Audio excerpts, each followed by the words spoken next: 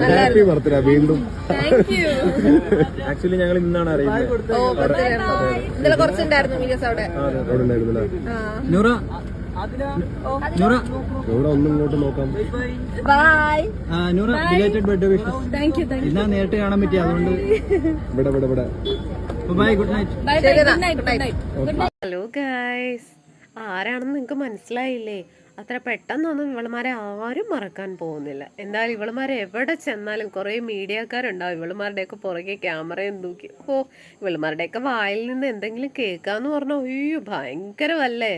എന്താ പറയുക, നൂറയുടെ ക്യൂട്ട്നെസ്സും ആ സൗന്ദര്യമൊക്കെ കണ്ട് മയങ്ങിയിട്ടുള്ള ഒരുപാട് ആൾക്കാരുണ്ട്. കാരണം ബിഗ് ബോസിൽ വന്നതിന് ശേഷം നമ്മുടെ നൂറയുടെ ആ ഒരു ക്യൂട്ട്നെസ്സും ചിരിയും ഒക്കെ ഒരുപാട് ആൾക്കാർക്ക് ഇഷ്ടപ്പെട്ടു എന്നാണ് പറയുന്നത്.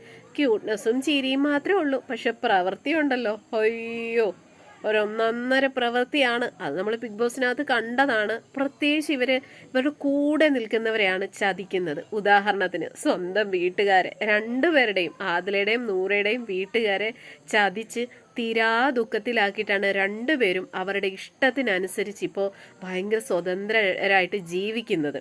അപ്പോൾ ഇവരെ സപ്പോർട്ട് ചെയ്യുകയും ഇവരുടെ ക്യൂട്ട്നെസ് ഒക്കെ കണ്ട് അത് ഇഷ്ടപ്പെടുന്നവരും ഒന്ന് ചിന്തിക്കുക. കൂടെ നിൽക്കുന്നവരെ ചതിക്കുന്നതാണ് ഇവറ്റകളുടെ മെയിൻ പരിപാടി.